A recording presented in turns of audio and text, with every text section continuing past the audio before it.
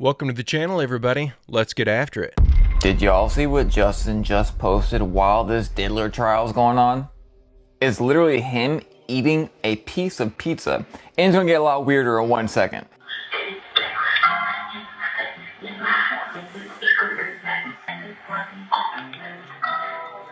And watch how subtle this is. He literally put bright red on the color scheme right after while eating the pizza. Let's get a little bit weirder. He posted this of him dancing to a song called Fairy, which I found was really odd. It almost seems as if Fairy is code for something. I can't play the song because copyright, but it does suck. So bad to the point it's like, why would he even play it? I wonder if there's any connection with the fact that he was eating pizza and the fact that he's getting so old while incarcerated. But it's not just him. Have you seen Ellen recently? Pretty wild, right? What is going on with these rapidly aging celebrities? They used to be in show business and now they're not. By the way, there's this one too, but I kind of think that this one's been edited and this may be real. And to show you how everything connects, did you see this blank club? You know, the guy who's in charge of the world? Pew Pewer, who claimed he was Diddler's something. S-E-X-S-L-A-D-E. That the Pew Pewer was hired by the music mogul? There's no way all this stuff is just by accident random. That's right, just keep watching The Gatekeeper. Because they don't want you to see what else is going on. The more I see of Justin Bieber, the more I'm convinced that these cryptic posts he keeps making are just thinly veiled threats at music executives. I feel like with all the conspiracy surrounding him, and with all the tactics that we've learned that these music executives will use whenever a star tries to walk away, this feels like the most obvious answer. I think the only thing these posts are really saying is back off. How does the mechanism of seeing through a mask work? The different schools have different methodologies, but the end result was the same. The lady in the UK, she was teaching mostly children, and the way she would teach it is she would tell the kids that imagine that there's light coming through you inside the mask. So the kids would see light everywhere, and if you have light, then your brain can see. You know, it's the brain. You see with your brain, you don't see with your eyes. So by suggesting that you have light inside your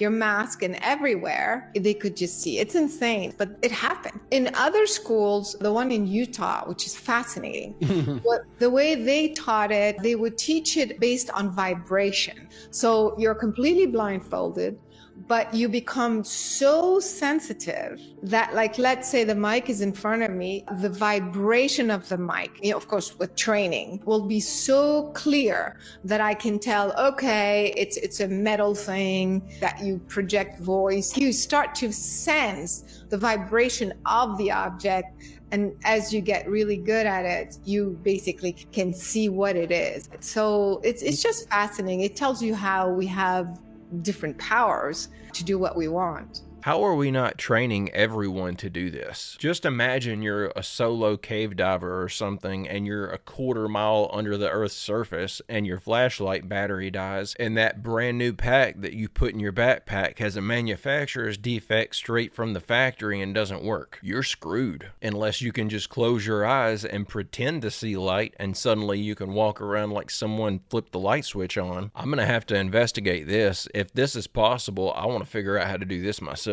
We are interacting with 4 species. This is nuts. These are confirmed. These are who we're interacting with. We are interacting with the Greys, which we kind of knew, short humanoid involved in the 1947 Corona crash in Roswell.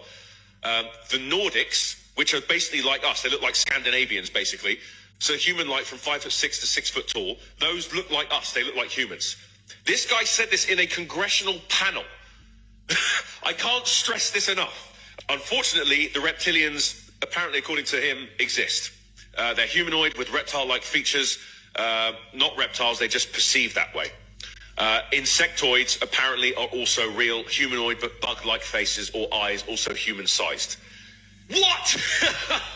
Like, this is, he's testified this. He said this in a congressional panel to Eric Burleson, Paulina Luna, that is currently running the Task Force for Transparency. Protect this man with our life.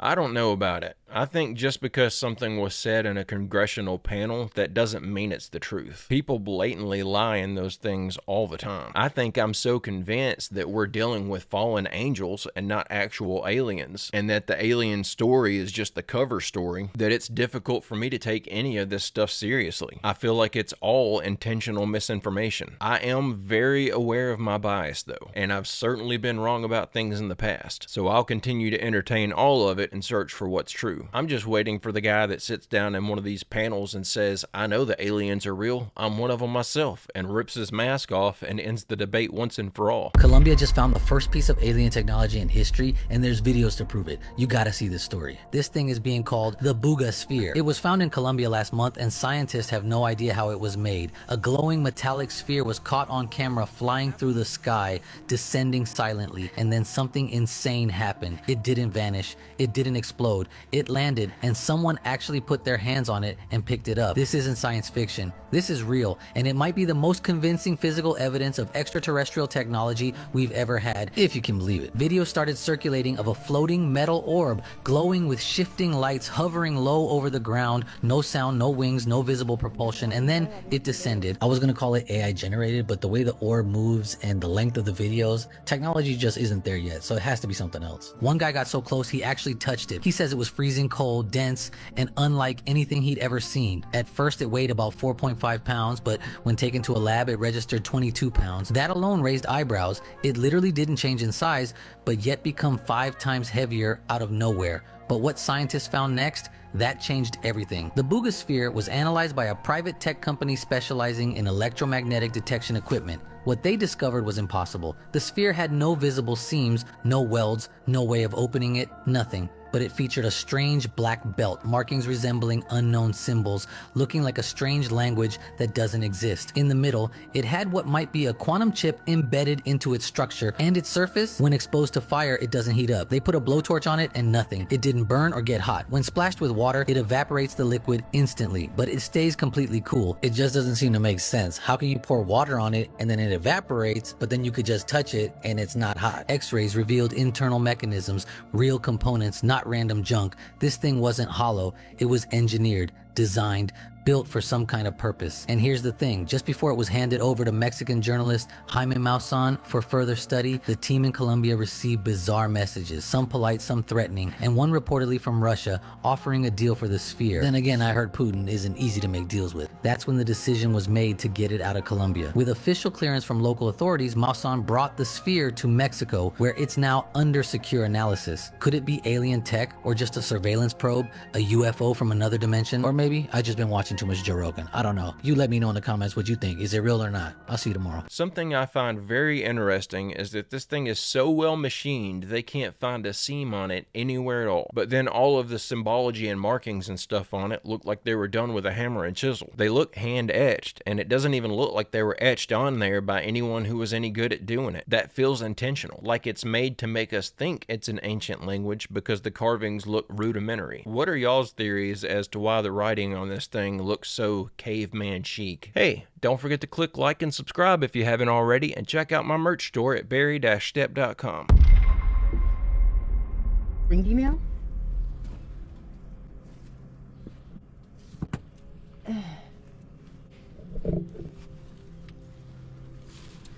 I'm going in here, okay? Okay.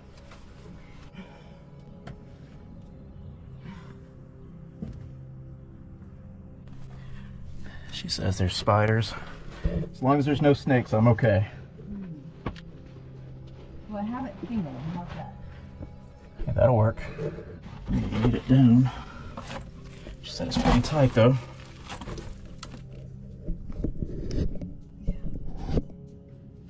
I'm gonna be a lady. You go first. Isn't that what we do? This is it. Ugh. Are you stuck, Josh? Please. No, this Stuck? is a It is tight. tight squeeze. I think I got through the hard part. Okay, good. Oh, that was good.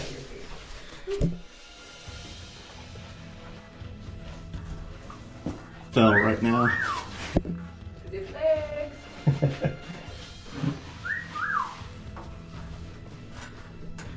All right. Got it. That's a nice entrance. Alright, so Amanda's off doing her little time lapse. Let's check out this cave. Or this house, whatever you want to call it. Maybe we'll meet up with her. She went this way.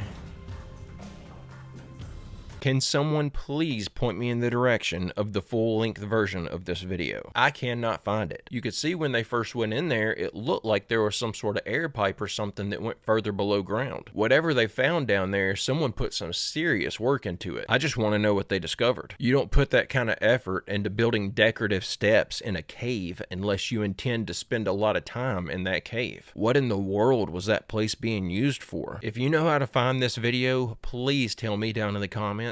It stays like if there was a person or a being behind the wall hanging out. In a nutshell, I basically discovered that if you project a laser on the surface and you ingest DMT, you'll see code running literally in the surface behind where you project the laser on. But when I discovered this, obviously first I thought that, it was just kind of like a cool trick that happens with light. And then I started showing other people, everybody saw the exact same thing. And at that point I said, whoa, hold on, what's going on here? I was like, okay, I think I need to email scientists or something. Yeah, it was obviously not a lot of takers because, take yourself through the email, right? What you say, like, hey, I discovered we live in a matrix, right? I decided, you know what? I know how to make content, so I'm going to put out a video talking about it. Slowly, more and more people started paying attention. It's not outside of the realm of what, in some cases, is already possible with psychedelics. But there's something about the code that it's really hard to nail down with words. We're landing on at the moment is that there's something like just an object that just sits there. You're not like in some alternate space. It's like right there, right in front of you, and it's somehow in the subspace in the surface, and it's super coherent and clear. And I think it's that quality of just matter-of-factness that really jumps at you. I remember it's almost like if you were looking through like a peephole or something like that. A peephole, it's like a window. Yeah, well, like a slit in a wall.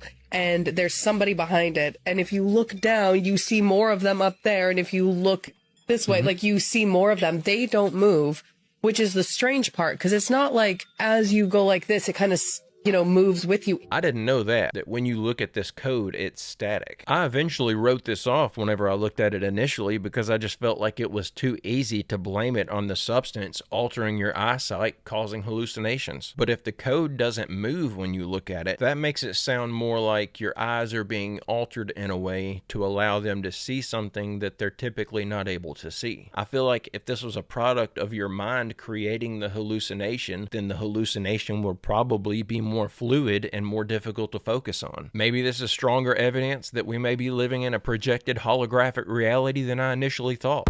Forget the x-rays. We have the CT scan images of the Buga sphere. And I'm looking at these images and I'm like, why does this look like Stonehenge? Real quick recap for those of you that don't know what I'm talking about. This orb was flying around Buga, Colombia. It was videotaped by two different people at the same time on March 2nd at 1:45 p.m. One of the recordings is from Jose and the other one is from Maria. Jose and his friend were out metal detecting. Maria was out feeding her cows. Jose and his friend claimed that it struck some wires, and then in Maria's video, it is flying very slowly up and down. You can actually even see lights on the sphere in Maria's video. And then it actually landed in the woods in front of Jose, and they went and retrieved it. Initially, all they had was x-ray images, and that they used AI to help decode what this says. We'll come back to that in a minute. The orb seems to be completely sealed, no welds, no joints. After about 30 days, they didn't know what to do with it anymore, so they recruited the help of Jamie Masson, who is a known ufologist, to which he claims the sphere is currently in a safety deposit box. They've been taking it out and having experts do rounds of tests on it. We now know that it is about 95% aluminum, smaller percentage of manganese and zinc, that every test they've run on it, it has fluctuated. The hardness of the aluminum originally tested 326 to 336 units. Pure aluminum is typically only 65. Duralumin is typically up to 105. But as they've continued to test this sphere, every test fluctuates between the hardness of the aluminum. The temperature changes constantly from 24, with ranges all the way up to 33 for no apparent reason. When Jose picked it up in the woods, he said it weighed roughly 4.5 pounds, but every time they have weighed it, it has weighed something different. And no one has an explanation for that. Maybe something anti-gravity? Or something inside of it is messing with all the electronics. Okay, now that you're up to speed on all of that, these are the CT scan images, some of them, and they made 3D models based on the images. Now, no one knows exactly what this is inside of it, but let me explain something to you. These images here are if it was sliced in half, where the belt with the little rivet-looking things going around the edge, and these images are if the belt is this way. So it's almost like Do you see this here? And there's like almost a straight line there. It's almost like if you took this one and turned it, that this would be where that is, and this would be where that is. But what is that? Now here are some measurements they did, and the outer edge wall is about 3/4 of an inch thick. Now one thing that they noticed was if you took these out, these go all the way to the center like an opening. Okay, so now in this image, those would be where those two openings were. And that's when I was like, God, why does this look so similar to Stonehenge when it's sliced in half? Don't ask me how my brain put these two things together because I don't know. Then I was like, let me compare it to the outside also. And I'm like, well, that's the language. But what I find super interesting is that everybody was talking about the language being decoded by AI. AI analyzed the language, but not against an alien language, against ancient Earth languages. They say that AI analyzed it against Runic, Enochian, Ogham, ancient Arabic, ancient Hebrew, and even ancient Mesopotamia. So do you guys think this is actually still some sort of really elaborate hoax, or do you think there could be some truth to all of this? So if this is a hoax, could someone explain how it's flying? There's so much information coming out about this thing, I feel like I can barely keep up. I'm still convinced this thing is government made though. I'm even more convinced now that I found out how they decoded those markings on the outside of it. Think of all the cryptic symbology they use on NASA rockets and stuff. These people are obsessed with old world occultism. I feel like this might as well be their signature on the side of the device. They're just trying to make it look like the aliens are everywhere, and they put that saying on the side of it to make it look like the aliens are from ancient times. So you mean to tell me those aliens have not altered their language in nearly 1,000 years? That makes a ton of sense. A lot of you wanted to hear more on Turkmenistan from my previous video. It's a very beautiful and mysterious country, especially its capital, Ashgabat. Just look at the architecture. This is said to be just a Ferris wheel, a fully enclosed one. And you'll notice that star pattern in all of these beautiful structures. That's repeated all over. It's a beautiful city, but it's mostly empty. It looks like it's made to have tourists in the millions. But in fact, this country is one of the least traveled to countries in the world. The mainstream media says Turkmenistan is nothing more than just a country ruled by a dictator that built all of this architecture for seemingly no reason. Of course, any news or communication with a majority of Turkmenistan is pretty much impossible. All the apps in the Western world, pretty much all of them are banned, and cell phones included. But one of the most beautiful parts of Turkmenistan is from above. Look at that architecture. Everything was built and laid out with such purpose and such pattern. Just like those old world Tartarian structures. Is this one of the last remnants of the old world, hidden in the desert? Or if we trust the experts in the mainstream media, is it just nothing more than a dictator's playground? A dictator that seems to love to emulate the layout and infrastructure of the old world. Question everything, friends. Until next time. That place certainly could just be a dictator's playground, but if that's what the media is reporting, then I have all the reason I need to believe that something about the place is being hidden from us. I just wonder what the real story is there. I had never even heard of this place until this past year. And when you look it up, you have to get written permission from the government to even visit. Then you have to remain with your guide the entire time you're there. You have to stick to your original travel itinerary with no deviations. They don't want you filming from your plane window upon arrival or takeoff when you're leaving. It really seems like they're trying to keep something there a secret. You guys know Jeremy Corbell? He's like really involved with like the whistleblowers, and he was being interviewed. He's like, UFOs are real. They've been here for a very long time. The US government has known about it for a very long time. What you don't know is that there is going to be a giant lie that they want you to believe in. Interesting. The lie is going to be that there is going to be a giant craft slowly headed towards Earth. And this is the lie, that it will arrive in 2027. What? So what does that mean? What do you think? Do you think they're telling the truth? My whole thought is like, there's so many people I've seen, like all this end time prophecy stuff is happening, all this weird stuff is happening, like Jesus is coming back really soon. Yeah. But my thought is like, if you were a believer and you were so disconnected from news, would you still be able to sense there's something off right now? Francis Chan, like getting worked up on it, it's the scariest thing to me. He's like, 2,000 Adam years. to Abraham is 2,000 years. Abraham to Jesus is 2,000. And approximately Jesus to now is another 2,000. We have the precedent of a grouping of 6 and then a 7th day of rest, or he says the 1,000-year reign could be what's coming.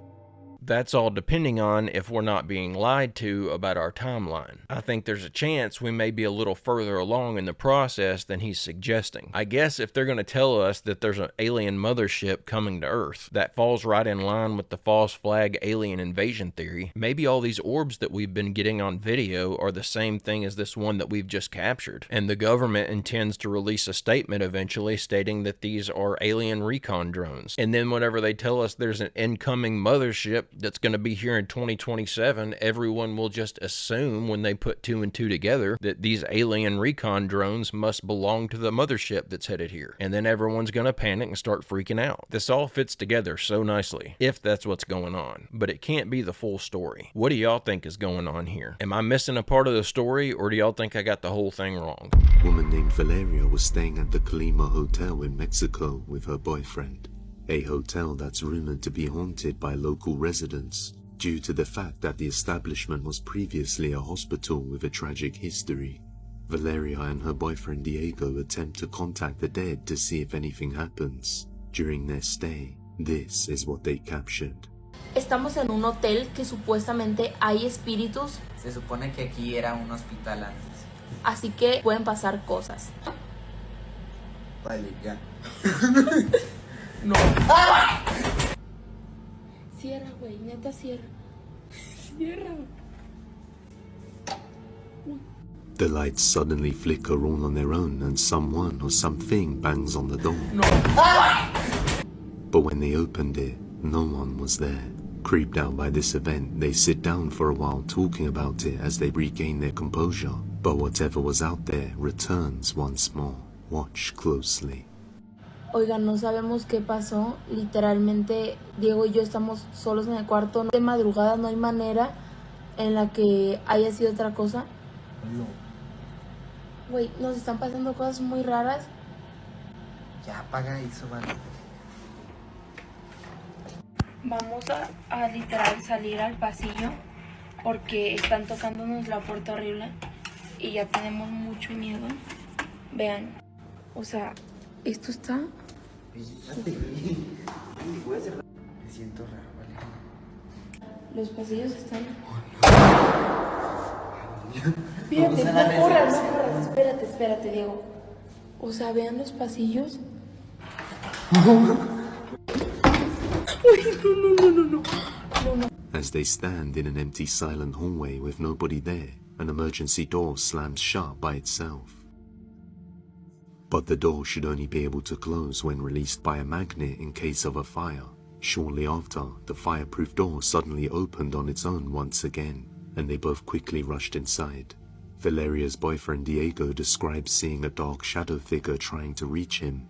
Many people now believe that he welcomed it by opening the door, so it may just follow him home. I don't think this couple is faking this video. I genuinely think that they genuinely believe they're experiencing a haunting situation. But I'm convinced that whoever's staying in the room across the hallway from them is messing with them. Someone bangs on their door, but then immediately disappears when they open it. Then they exit the room and go out into the hallway only to discover that the door on the room across from them is open, like someone just ran in there but didn't slam the door behind them because the sound would have drawn attention. Then whoever's in there slams the door closed once the couple gets into the hallway. Then they open the door back up and scare them a third time. I think someone was just messing with this couple. Hopefully just in good fun and not with bad intentions. Dr. Calhoun did like 40 years of research into this, building these specialized mouse utopias enclosures for tons of mice. He'd bring up generations of mice within this and study how their behaviors would change as they interact with one another more and more often.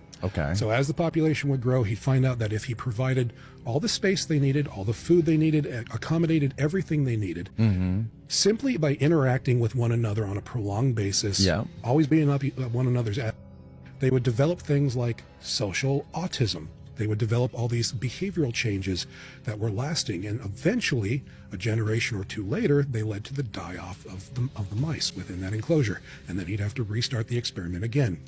This was being funded by the CIA. NIMH was a CIA outfit. They were being funded by it along with MKUltra.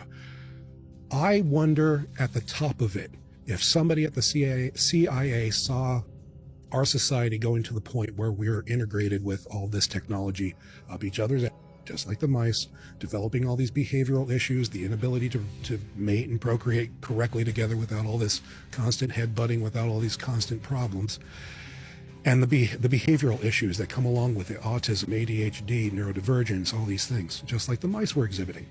I wonder if somebody saw that coming a mile away and tried to come up with ways to save humanity from that happening.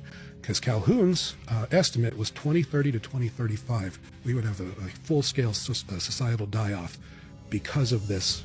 It's not just population growth. People misunderstand that.